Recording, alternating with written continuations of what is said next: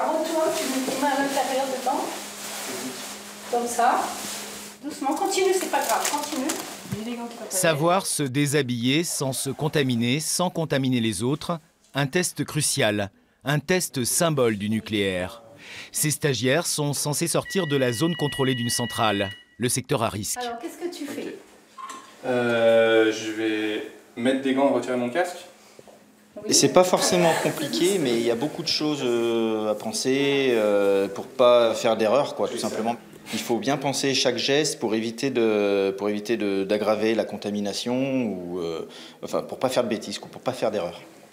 Dans une zone reconstituée à l'identique, la radioactivité en moins, ils apprennent finalement à se comporter dans un environnement industriel. Ça reflète très bien l'intérieur d'une centrale, effectivement, aussi bien au niveau des procédures que de l'environnement. Ouais. La plupart travaillent déjà pour EDF ou Areva. D'autres entrent tout juste dans la vie du nucléaire, par la porte des sous-traitants. De futures petites mains de l'atome, comme la centrale du Bugey voisine en a souvent besoin.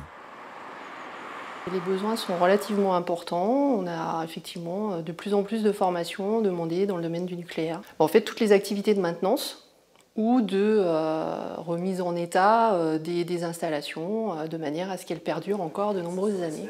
Un monde en recyclage permanent, en formation perpétuelle, où le turnover est important, particulièrement chez les prestataires. Ce n'est pas tant le travail qui lasse, mais les voyages d'une centrale à l'autre. On fait que de bouger, nous, en fin de compte. C'est vrai qu'on aurait quelque chose de plus proche, ça serait plus sympa pour la vie des gens, quoi. Parce que tout cumuler, c'est dur quand même, d'être loin de chez soi.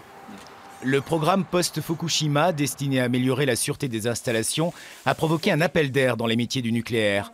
2000 stagiaires devraient passer par ce centre chaque année.